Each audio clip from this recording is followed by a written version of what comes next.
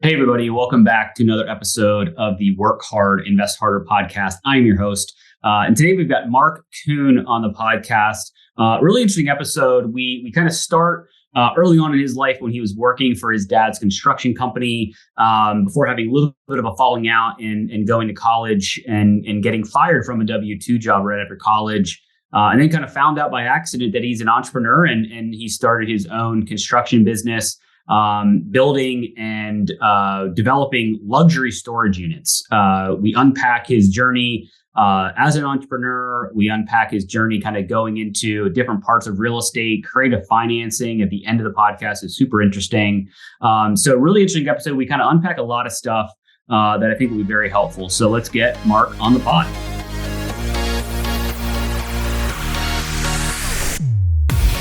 Do you love your job, but want other investment options than your company's 401k and trying to pick stocks? If so, you've come to the right place. In this podcast, you will get actionable information for your passive real estate investment journey. Welcome back to another episode of Work Hard, Invest Harder podcast. Here's your host, Justin Dixon. All right, Marc, welcome to the podcast. Happy to have you on, man. Hey, thanks. How are you doing, Justin? Yeah, no, I'm doing really well. So why don't we jump right in here? Maybe give the audience a little bit of an update, overview of what you're up to, and then we'll unpack some stuff. Yeah, man. So right now I'm developing storage units. I'm a real estate developer. So we are we're building. I'm calling them luxury storage is how I'm terming them. But they're instead of just all self storage, 5x10s, 10x10s. We're doing larger, deeper storage. So 18 by 30s, 18 by 40s, 18 by 50s, larger size. I'm in the Midwest, so we're heating them and we've got a couple lights and an outlet and the rent's still all inclusive. It's still served just like a self-storage unit would be. So kind of that's what I've been up to as of late. But I'm also a contractor for 13 years.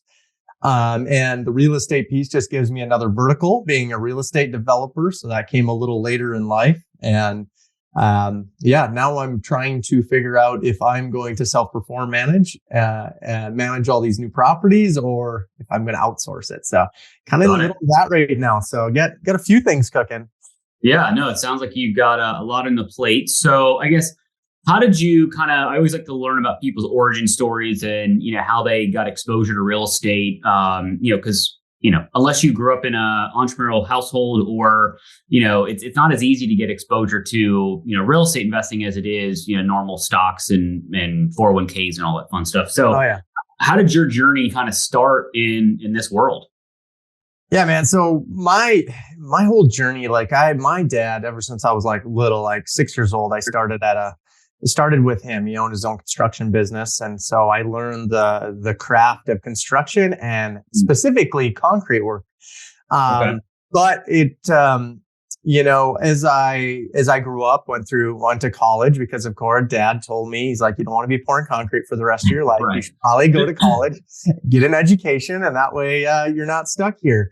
I went to 4 years of college, built up some student loans, also developed quite the liver through college and still 12 credits short of a degree today. So I can't even say that I got it, but I did what Dad told me, and I think I followed the herd of what everyone was told to do, right?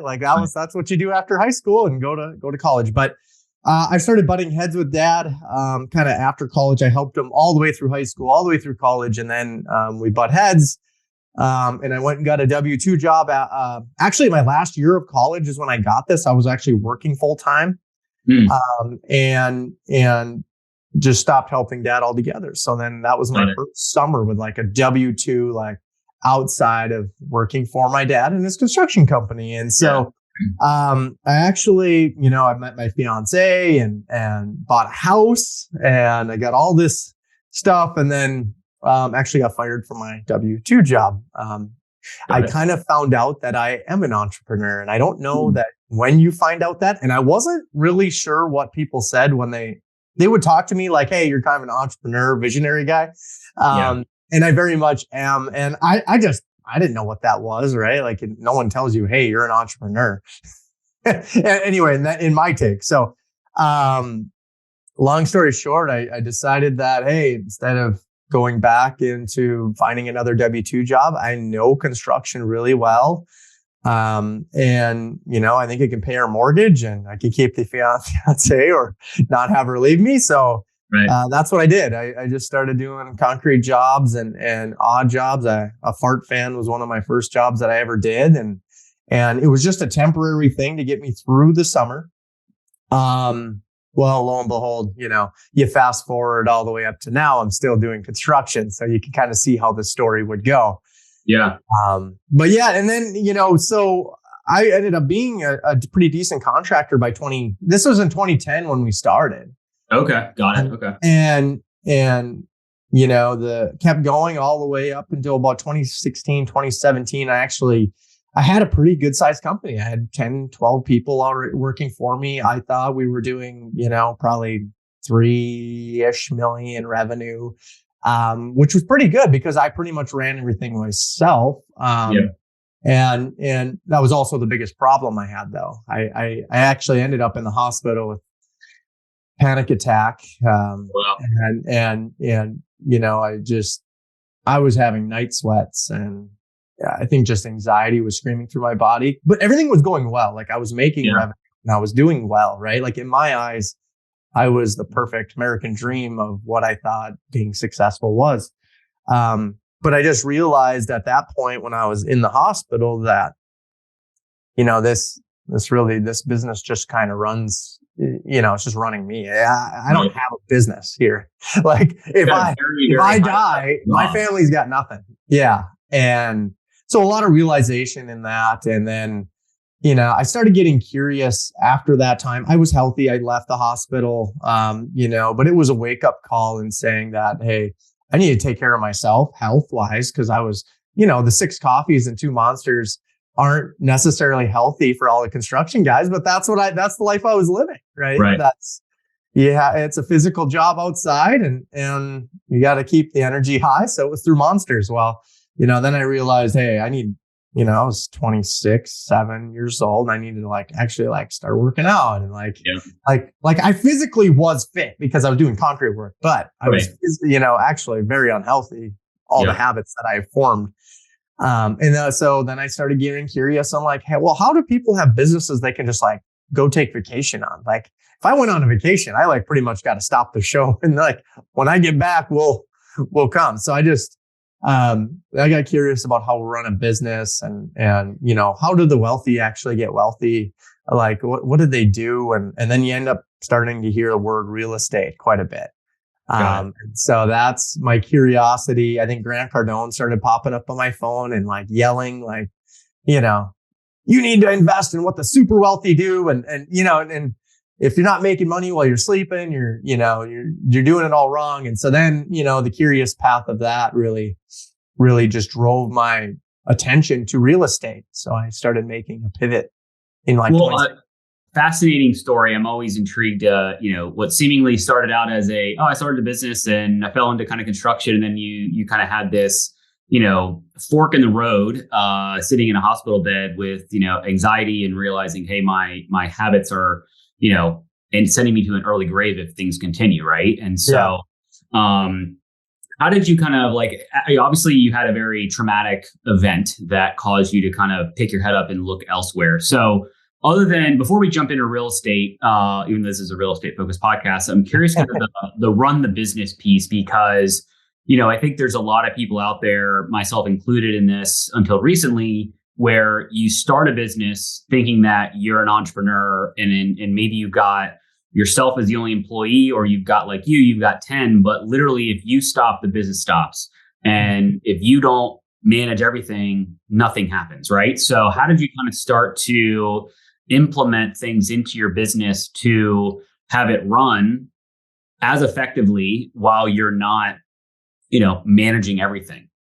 Yeah. Well, so my dad taught me, it's you do it yourself because you do it the best. Right. And it's just an old mentality that doesn't teach you business necessarily. I learned lots of skills from my dad, of course, but I didn't know how to run people or keep them accountable. And your biggest fear, I think, when you're breaking into that, you're like, hey, I'm going to have to hire somebody. Well, how many people is it going to take to replace you? Is it 6? Is it 3? Is it 2? And it really depends how much you're willing to pay, because you're going to lose margin. Like when you make that flip, you're going to lose margin right now, because you're going to have to figure out how to keep them accountable.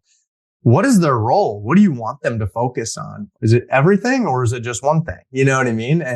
And so that was the hardest part, because I started not making as much money as I was used to, right? Because I was doing everything. I mean, it just made sense. But I knew that I had to. So I started hiring key people. I started paying more money for people, finding people for my weaknesses. I just identified what I was weak at, and it was project management. I don't like to sit and do scheduling and do all this, tedious work on the computer. I hired that. I was actually better in the field than I was anything. Mm-hmm. And so I knew that. So I just hired the pieces around me. Actually, I brought in my wife at that point. She left her job, so we were really reliant on this business. Yeah, you were all in. Yeah, she did the finances, and she is very, analytical and very good with people. So she could hire. She was our HR. So I just started surrounding myself with these people with my strength was running the field and driving work. And so, and started picking up the pieces. And then if you fast forward from like 2017 to 2020, we really dove all into EOS. And so we actually started developing a board, and EOS was the only reason that I was able to, triple my business from 2020 to 2023 even. And I can leave for, I could die today, and at least I know that the company will take care of itself. My wife is not running the business. She's not even in the day-to-day business anymore. Yeah. I spend 1 to 2 hours at that construction company today. Got it. Well, I want to unpack the EOS piece, because I think that's super interesting. And for those of you who don't know, we'll unpack it here in a second. But let's take a quick sponsor break, and we will be right back. Whether you're trying to hire a full-time employee or a contractor to fill a gap, Hire Tomorrow can help. Hire Tomorrow is a boutique recruitment firm that has successfully filled sales and marketing, human resources, and technology positions with companies ranging from startups to Fortune 500. If you're struggling to find the right talent, check out hiretomorrow.com or reach out to recruiting@hiretomorrow.com to see how they can help. All right, we are back on the Work Hard, Invest Harder podcast. We've got Marc Kuhn. And so before we kind of took a quick break, we were talking about, your construction business and the journey that you took to that and finding people. And then before we took a break, we talked a little bit about how you implemented a strategy or a system called EOS to help, accelerate the business growth.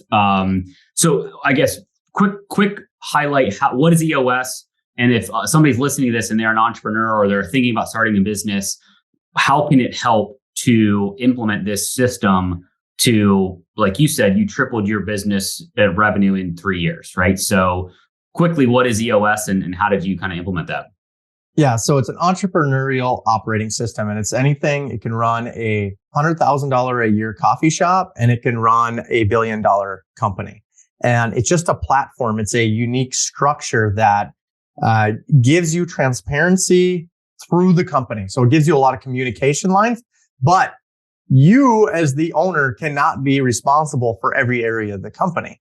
Right. It puts key people in key positions and keeps people accountable and keeps the company growing to a greater vision. So you're going to create $10 million of revenue. You break it down with the team. You're no longer the only decision maker. And I think once you can get around that, that's when you can really adopt EOS. And the key to it is you're trying to pull yourself as the owner out of the company and trying to actually create a valuable business. And once you create a valuable business, now you have an exit strategy. Even if you don't want to, at least you have one. Right. And you can buy your time back to go create more things. Yeah.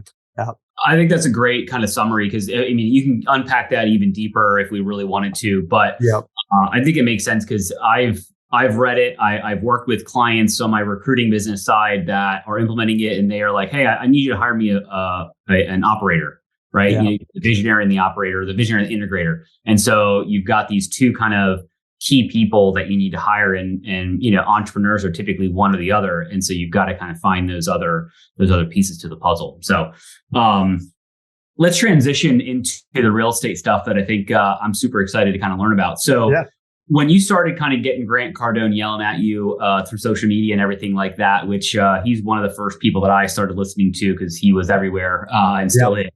So when you started to kind of think about, I need to start living and investing like the rich do, right? Because that's how you build generational wealth and everything. Where did you start? Yeah. Well, I didn't know enough about it. I didn't know why do you invest in real estate? Why, you know what I mean? You're taught your whole life to save and to put it in a 401k and to work hard and hopefully at one point at 60 or 65, you played your card right. You're going to retire and you're going to be fine. And, well, I grew up very in poverty, so I always wanted a lot out of life, and I'm very entrepreneurial. So, when Grant Cardone started banging, and I don't know, apparently, the guy was everywhere in about that timeline, 17, 18, that's all you heard of Grant Cardone. And he's just exposing what the super wealthy were doing, and he's like, hey, it's passive income. You start hearing cash flow, and it's like, those are the first times I've ever heard those in my life. And I'm through college. You know what I mean? I have a business management degree, and it's like, I didn't hear those words that often. And so, he's just exposing, he's like, hey, and I pay zero in taxes, and Trump pays zeros in taxes, and all these super wealthy guys don't pay any taxes. It's like, wait a minute, I paid $5-6 grand, for my W-2 job that I had. It's like, why are we all paying the taxes? So, Grant's just a guy, he's just digging in, right? He's just every little thing he hits at. So it hits home with you, and you're like, oh, okay. So why would you do real estate? Well, then you figure out, there's these real estate professionals, and you know what? They're making millions of dollars in their day-to-day income, and then they buy a tower or a apartment building, and they wipe out their taxes. It's like, you can do that? You know what I mean? You just legally, right? It's all legal, right? This is all normal. People know about it. And And what part of the real estate space did you jump into? Like, was it, once you started, it sounds like you kind of started your journey on the research path, right? You've got to kind of learn before you jump in. Where did you lean in initially? And did your construction business, were you doing commercial? Were you doing residential on that side? Yep. So really, really good point. At 2017, 2018, we actually flipped completely to commercial at this point, because we realized that the construction company was starting to be a tool for a future development company, which could produce the real estate, and I could hold it on the backside, creating MAC capital, where I actually, syndicate and bring investors into those projects with us. So I was able to create these verticals, having the investment, the construction, and the development all together, and realize that, this can be possible. And this is a long-term game, right? Like I could buy and had great investors. It will not only benefit my companies, but create a nicely vertically stacked company that I wanted. The construction is where we were the strongest, but we stemmed off of that. So that's really what the vision was. But then, I started building these townhomes. I just started, which isn't commercial necessarily, but it just grew from there. We did like a 52 unit townhome complex. We actually kept 22 units and did that as our first real estate syndication. And so then now, hey, let's go do storage, or let's do apartments. And so I have about 150 units of apartments myself, and then a few storage portfolios. Got it. So you kind of built this vertically integrated company, so to speak, where you were syndicating the development, right? So you're like, hey, we're going to build this 52 unit townhome community. So you would buy the land, spec it out, and all that fun stuff, bringing in investors to help with the initial funds. And then you're like, oh, by the way, we're going to use my construction company, who hopefully will give you a little bit of a better price than what you would get on the open market. But you're going to make money. You are going to make money on kind of the both sides of it, right? You're going to do the development, and then you're going to do the construction, and then ultimately you're going to hold it and all that fun stuff. So that's super interesting. Did any of your investors, did they see you having the construction side of it as a potential conflict of interest, or as an added benefit? Well, as long as you can develop cheaper than an appraisal, there really is no issues, right? Because then we're a teammate of theirs. Now we're a weapon for them. And so they're like, well, can you do this other it leads to more things because they're like, well, if we can keep unlocking equity, we're going to have less equity into these bigger projects that, produce cash flow. And so, everyone's winning. And I think that's really what you have to get to when you're doing any kind of investing. Everyone's got to win, right? At the end of the day, and the guys with capital, they have to win too. They need to be the ones that win the most because they're the ones that are going to be, knocking down your door if things aren't going to plan. Yep. And there's plenty of experiences, but when you can negotiate everything to a win-win, you really can build a lethal team. So that's really how it started. Talk about that first deal. So talk about, obviously you did the research. You were like, okay, I think this could be a vertically integrated business. You started Mac Capital. So what was the first deal that you did, and how did it go? Yeah. So we actually, it's a group of investors. I'm in North Dakota. They came to North Dakota and we're doing a development. We were building it for them actually. And this was right after the oil boom. So right around well after the oil boom, but they bought it after the oil boom and then they just wanted out, right? Like I think Vegas started clipping pretty hard in that timeline and they're just like, we need out of North Dakota. So I ended up buying it from them. They just took a loss on it and they're like, we're out. So that kind of gave me the insight of like, oh, now I can build out these units. So we were actually building them just to sell them because it's nothing different than a build to rent model, today. But we actually kept 22 of the townhomes in there and just grouped them together because it was just ones that we rented instead of sold them because we had you could sell them, you could lease to own them, or you could just rent them. And some we had lease to owns that fell through and some rents, but they were all full and they're all affordable housing. And we got them all cheaper than we were, they're appraising for. So then we ended up just creating a portfolio for investors and let them in it. So I could back some equity out really is how we ended up doing it. And you also had people in the unit. So you had a proof of concept. So you're like, here's the actual model that's already running. I just need to put money into it so I can pull some money out of it. Correct. And you're just going to be buying into a cash flowing property. Yeah. And that's how a lot of times, like in the development world, you always need the proven concept, like you say, because and so it works a lot of time where I'll just go I'll front the debt and equity up front, get the development going. And then basically towards the end of stabilization, we'll back out some funds so then we can have some capital to go do another one. And it really takes the risk off for the investors. Yeah. And we can continue to keep rolling instead of like stop. Oh, we can't raise enough money for this deal. Then the deal doesn't go. Right. So, we're to a point now where we can do that. But at the beginning, you gotta promise a vision, right? And so with the development world, it's kind of I'm more on the syndication side for multifamily. Okay. So you buy something that already exists that, has current revenues and you can map out kind of what you project the revenues to be. And that's obviously where you make your margin. But for development, you're really in this kind of like, hey, here's this raw piece of land that we think we can build these really attractive units, whether they're storage or townhome or apartments. And we think the building, once it's done, will be worth X. So you have to promise higher returns to those initial investors, right? Because they're not going to get any cash flow for the first handful of years, depending on how big the scope of the project is. And then, you've got to, but to your point, what you're doing is saying, we're going to build it to a point, start filling it up with tenants.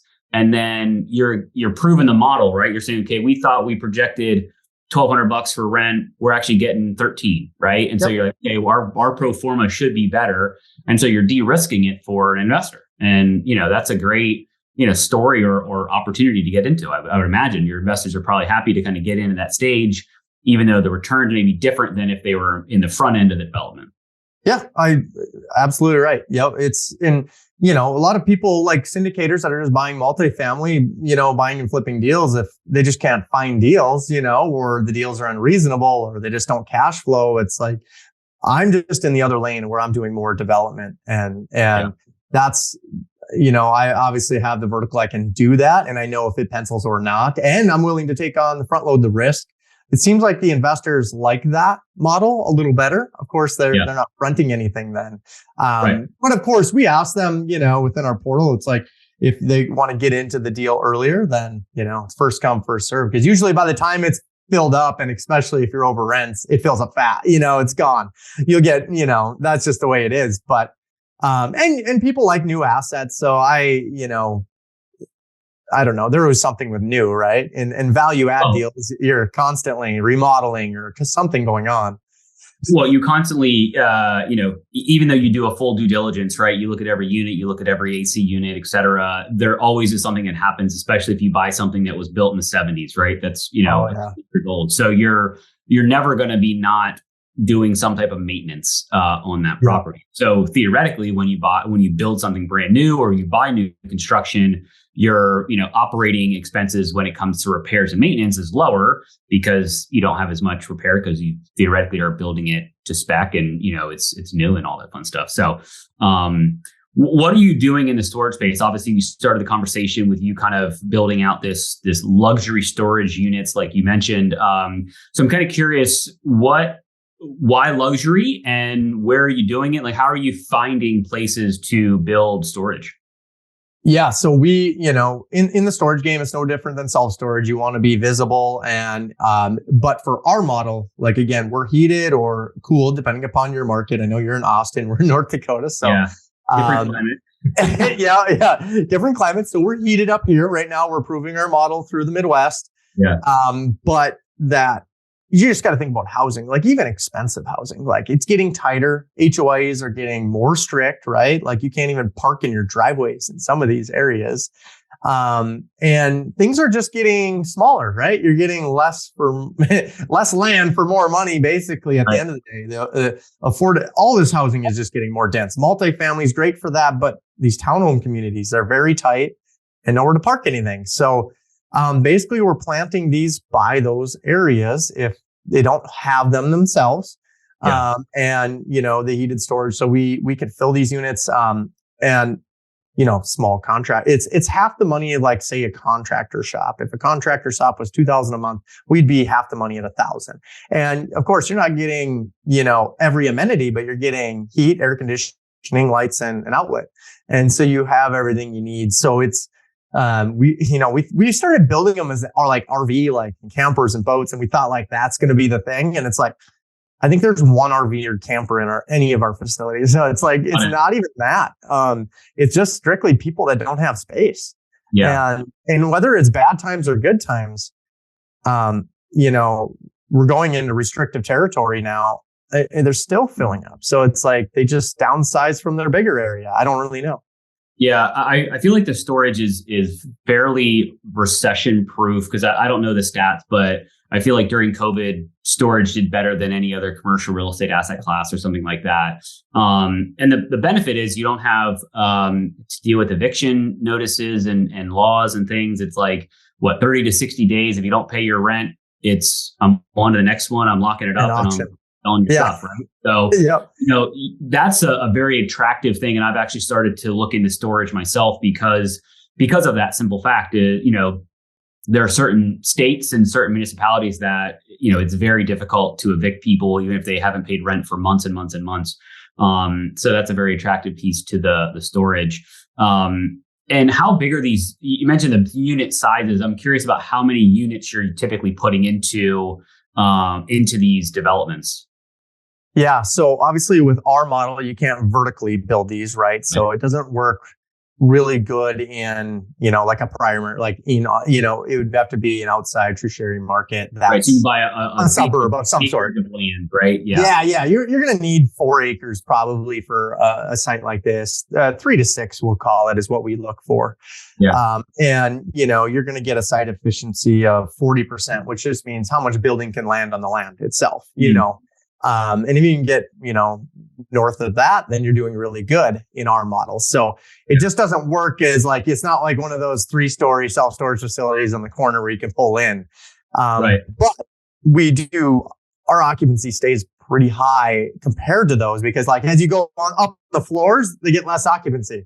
But and our model's just bigger, right? Like we're doing 30-foot by 18 foot wide bays. And these things are 16 foot tall. So they can put anything that goes down the highway, you can get it through a 14 foot, a 12 by 14 foot door. Yeah.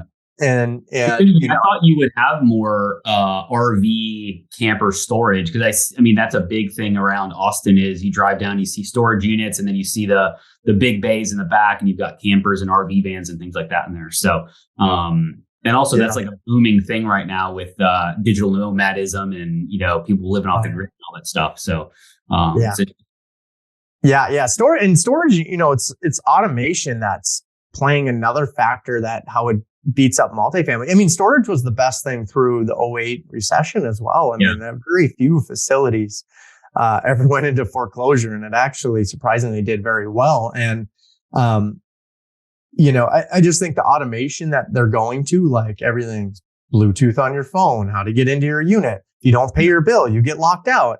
You can control your rents. You can, these REITs, it's so funny how they do these self-storage facilities. Like they'll open a new facility and it would be like opening up a new apartment and say the market rent's $1,200. Well, they open it up at $300 a month rent, Wow. So they drop it to like a quarter. So, and just to fill up the occupancy, right? Fill up the occupancy because storage is very sticky when people move all their stuff in there. And then all of a sudden they just quadruple the rent right overnight, and but they might lose 20, 30% and they're fine with it. Right. But they're netting out in a positive because if you cut it by, So talk about that because, obviously when you sign when you rent an apartment, you're typically signing a year lease, right? And so you're locked in at your lease rent for a year. How does it work in storage? I haven't rented a storage unit probably in over a decade, so I can't remember how it all works, but how are the terms? Are they similar and the raising the rents is more automated, I guess. Yeah. So, I mean, that's the glory of self-storage is that you can turn the dial at any moment, right? Like, if we need to dial up rents $100 and our occupancy is way too high next month, you got software that'll tell you, hey, you could probably turn up the rents and, it dictates the rents around it through other self-storage facilities. So, usually if you're going to move out of your storage unit, you rent it, the first November and you want to keep it, you'd have to put in, usually it's 60 days. They'll make you give them. So you're going to be in there 2-3 months regardless. Yeah. Summer month, day to day, but I mean, in most cases, there'll be a move out period. So storage is sticky though. When people get their stuff in there, they don't necessarily pull it out. And that's these big REITs, they know the game. So that's what everyone's doing. Now, all these new facilities coming online, they're like dropping the market rents, the street rents way down there. And then they fill right up and then they jack all the rents back up and then, they end up stabilizing.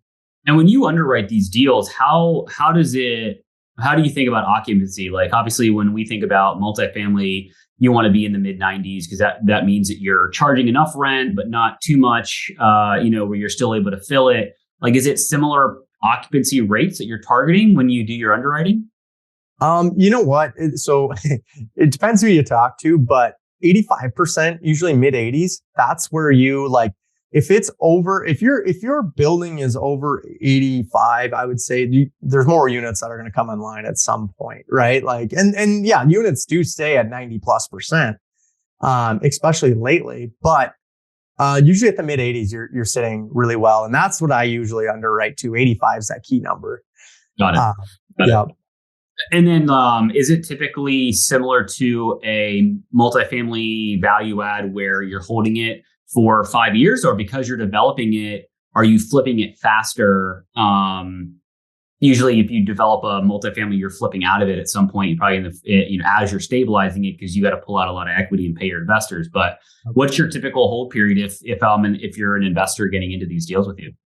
Yeah, you know what, for most of my deals, I try to hold on to them for 10 years and I'm not looking to exit them. Really what model I'm going after is we're just trying to get up to about 40, 50 of these sites. Because the multiple gets so much better at the REIT level and then exit a big portfolio to them. Yeah, correct. Yeah. It gets more worth them. So we're just trying to build a brand through a management company and build enough sites where you can get their attention.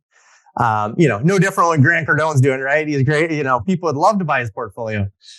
Right.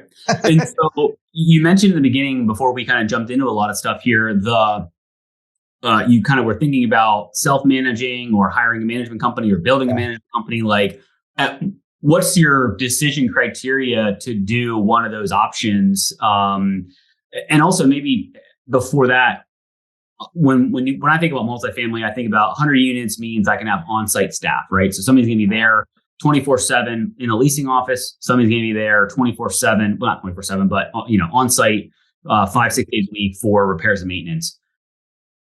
You obviously don't have people on site at these locations 24/7 or 5 days a week, right? Like what is the management piece that is needed for storage? Yeah, usually you will have one manager per 4 or 5 locations. So even if it's a 400 unit site or something, like say in a self-storage facility, one manager in a territorial area should be able to manage those as the asset manager, and then have maybe a site pay one of the tenants, no different than you would have someone at the building be a building maintenance, something incentivize that for a tenant.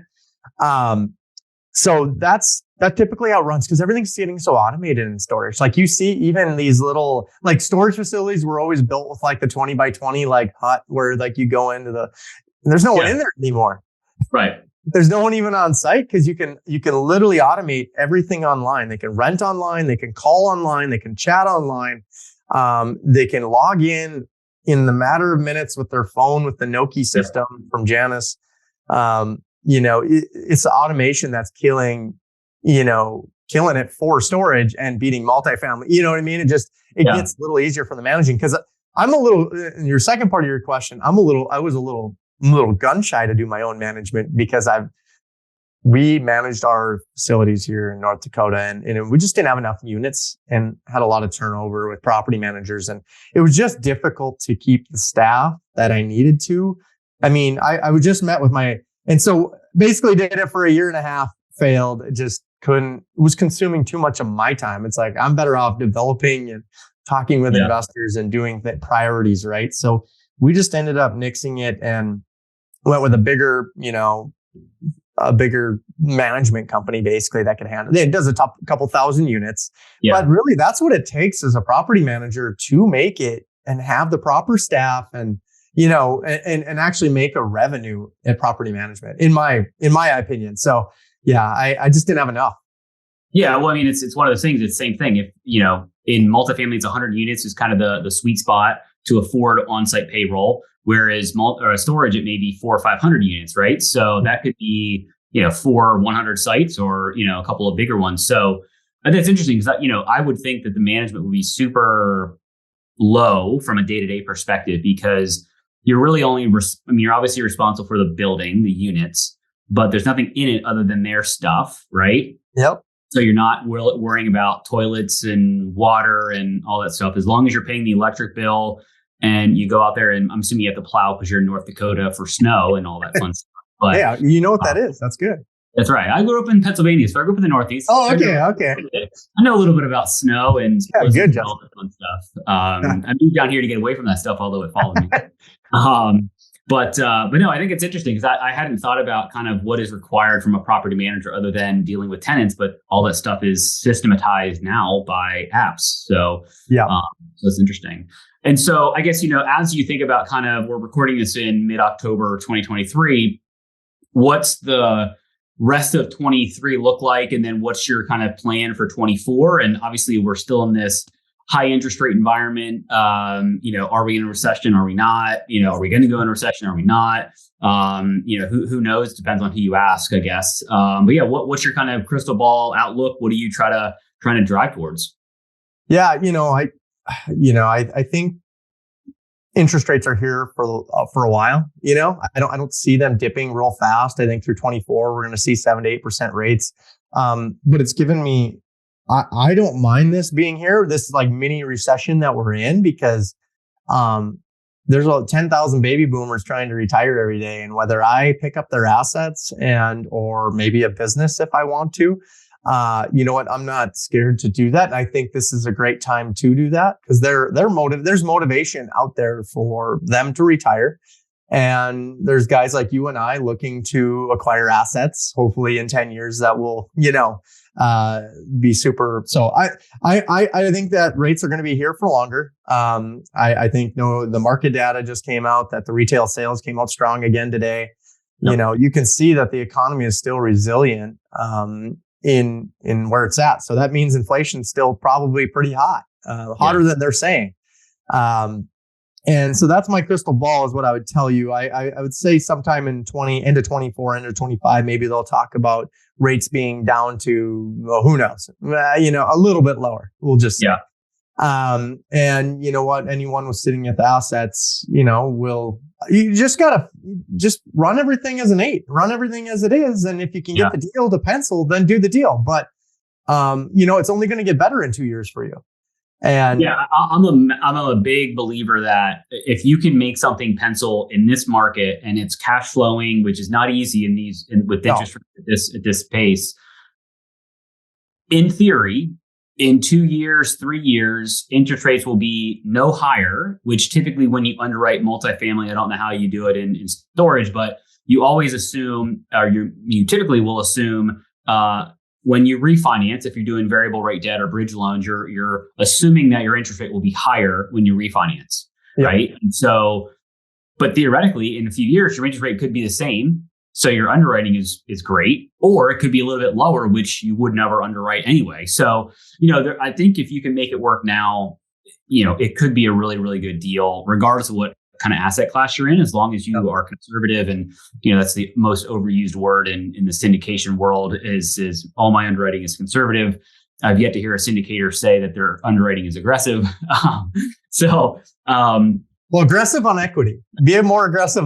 You need more equity in the deals, right? Like to make them work. And cash flow is pretty much gone. Like the cash flow and appreciation, you can't even count them. It's like you need the guys with big businesses that need tax benefits. Like at the end of the day, when you invest in real estate, I invest for keeping more money in my pocket. Yeah, I keep a lot more money in my pocket, and so that's one of the reasons that I went into real estate to begin with. And I think as I'm 35 now, but I consider myself slightly young still. So compounding interest is going to work its magic over the next 20 years where if I can keep a lot more money in my pocket, I'll be a lot happier. So I think once you add the math of how much tax you'll save in real estate, it makes a lot of sense to invest there. And the appreciation cash flow will be bonuses. Yeah, and I think one thing you mentioned earlier is interesting, and something that I've started to talk to a couple of my buddies about is around the baby boomers retiring, and a lot of them have businesses, right? A lot of them, and they're not the sexy businesses. They're not a SaaS software company. They're a handyman shop. They're an HVAC thing, and they just don't want to go through another recession. They want to stop climbing on ladders and all that fun stuff. So I've already talked to a few people that are doing this. They're already kind of scooping up a few different businesses in the same genre and, building more of a package deal and rolling them up. So I'm keeping my eyes peeled for situations like that. And I think, in self-storage, I would imagine there's still a lot of mom and pops out there that are just holding these things that they built or bought 30 years ago. And it's just cash flowing and that's their retirement. Eventually they're going to want to just get rid of it and stop having to deal with anything. So, I think there's going to be a ton of opportunity over the next handful of years from a business purchasing perspective, for sure. So, what's the project you're working on now? You said you've got a project right now that you're working on? Yeah, we're doing a luxury storage facility. Fargo, North Dakota is the one that we're doing now. And we're just turning dirt, pouring concrete right now. So hopefully have that open by February, March area, start lease up. So what's the turnaround time from raw piece of land to opening typically? Usually takes us about 6 months. We try to tighten it up. Just depends how many build. Now we're finally getting calls from subcontractors looking for work. So we know things are turning a little bit because usually it's always us trying to, beg them to get anything done or get a quote even. So, and then usually lease up, hopefully it doesn't take 6 months. It just depends on the timing for us up in the Midwest. We can go into like fall like it is now. It's a great lease up time because it's getting cold, right? And we're climate controlled storage. Right. But I wanted to get back. What am I doing in 23 and 24? Yeah. I think that a lot of entry level real estate investors are like, I'm still getting like I'll buy a 6-plex and I'll buy a 3-plex and I'll do an 18-plex. But I'm buying from baby boomers that are motivated and I'm creatively getting this done. I'm not always using 7 or 8% debt, right? Like I'm just creatively like the Cody Sanchez model of boring, like that's all I buy is boring assets, like Class B, C multifamily and storage. So I'm doing really boring things. All I'm doing is getting creative on the back end and how to finance them. And I think if you can get more creative with your thoughts and you know what, at the end of the day, that baby boomer is going to want price, but they may be willing to give up some terms to get it. And they're going to have to, because otherwise it doesn't make any sense for you to do it. So it's not like we're always using 8% debt and underwriting to that, because we would lowball everyone out there and we would just get laughed upon as, real estate guys. It's like, oh, I'll get the deal done. And I will. And it's like, I need you to sell or carry, and it's probably going to be principal only. Like you ain't going to get any interest on that. And so, I put out a lot of content about that and creatively getting deals done, because that's the only way it's happening right now. Everything is going to have to be creative. So you're doing more like seller financing, right? So explain that. Like, how does that work? How do you talk to a seller that, maybe they don't have to sell, but they want to, or maybe they have to? Like, what's the pitch? Yeah. Well, they call you and I use my social media to look for deals and they'll be like, usually I'll connect with people's dads and they'll be like, we're looking to sell. We're just looking to get out. Things are getting a little tougher around and hey, we're willing to sell them for the tax assessment. Oh, okay, perfect. Cause and then I'll underwrite it and I'll be like, okay, well, maybe it was worth, let's just get a small 3-plex or something, like 370 is what, that we'll let it go for that. We'll let it go for the taxes. It's like, okay, well, I'll underwrite it. It's worth 270 underwriting it, to make it actually pencil. And then once they get that whack in the face, it's like, all right, come to reality, realize I got to underwrite to 8% debt. So I get them built into that model. And then I just say, well, we're willing to come up, but we need to come with I need to get terms favorable so I can pay you more. And I usually use the bank as leverage, saying we need to, I got to make this make sense and make the DSCR ratios and different things. So that's usually how the baby boomer will talk on the small end. On the larger end, most of the guys already know what's coming. Like, hey, we need 3 million for this, and we're willing to sell or carry $500,000. And so like they want a little cash down. It's just usually, the negotiation of interest rates. Like they think they'll get 10% on their money. And it's like, bro, I can't go get debt at 8% and pay you 10%. I said, this ain't making any sense. I said, you do the math. It doesn't work. So I bring them. I bring them into the underwriting with me. Like I use full transparency. I'm like, for me to take on this risk, this is what I'm going to need. And sometimes baby boomers, they just don't get it. Like they're just stubborn at their price and they'll hold it forever and they'll die with it.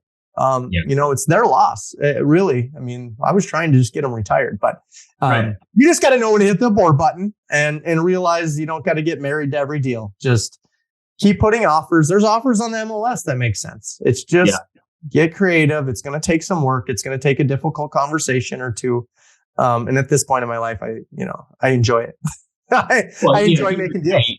If you're, and this is how I was when I started my journey, I was too emotional about everything, right? You fall in love with the deal. You're like, oh, this deal will be great to get if we could get it. So let's, try to sharpen your pencil, so to speak. And, at the end of the day, you just have, the numbers don't lie. So, yes, there are Excel spreadsheets and you can manipulate every deal to look great. But at the end of the day, that it's not going to work out. So you got to, be realistic, trust the numbers. If it works, go at it hard. If it doesn't, move on.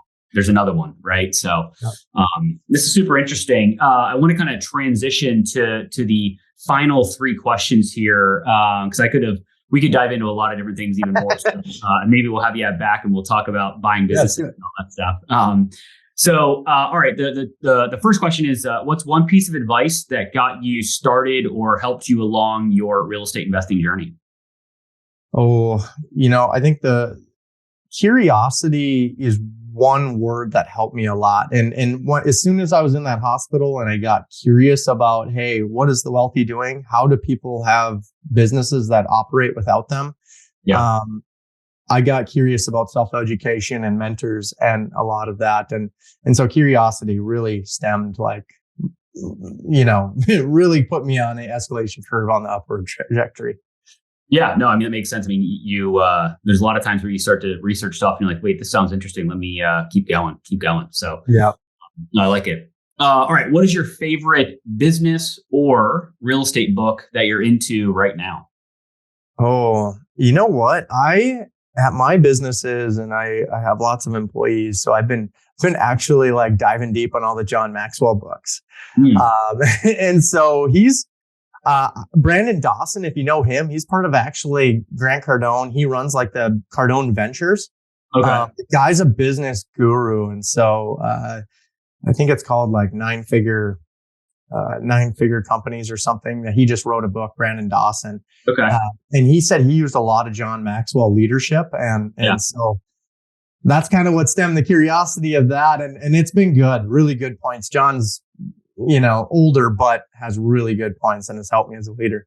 The business principles are transferable regardless of when some of these books were written, which is, super fascinating. So I'll have to check out the 9 Figures Companies book. 9 Figure Mindset. That's what it was. Mindset. Okay. Yeah. It's a great book.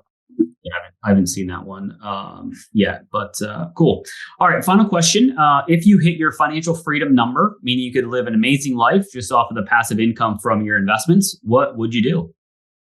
Wow. I've thought about this a lot, and I think it just depends where you're at in life. But if I dreamt myself of 50 years old, 60 years old with kids growing up, I don't know. I'm just a golfer. I'm pretty simple, and I love doing business deals. So I don't see myself. I think as you're a real estate, like you're a syndicator, and I do real estate investments. I like the enjoyment of doing a deal and everyone having a win-win style. I think that'll always motivate me till the day I die, unfortunately. Yeah. And I just plan on working, but I also enjoy golfing quite a bit with my son, who's only 3 now, but hopefully, I'm taking him, hopefully he's going to the PGA one day and I can go and watch him, but so there you go. You can retire and you can be his caddy, and you can, get started early, man. That's the name of the game. Just keep a plastic set of golf clubs in his hand and let him hack it. So very cool. Well, Marc, really appreciate the time. What's, if people want to reach out, learn more about what you're doing, or maybe they're in North Dakota and want to come hang out, what's a good way to connect with you? Yeah. So I'm super active on LinkedIn. I put out a lot of content there on creative finance, real estate deals, helping out beginners, whatever. And just deals that I'm doing. I'm just tracking my journey. And then I go one step deeper. If you go into my LinkedIn and then subscribe to my email called Unfollow the Herd, I literally will deep dive like real estate transactions I've done, podcasts I listen to, just all the different media that I'll just deliver content that literally how I'm doing this myself. Because people are like curious, like, how did you do the last deal? Why did you do luxury storage? Why did you fail at, property management? And I'll just dive deep, into what challenges I've had to hopefully help others in the future.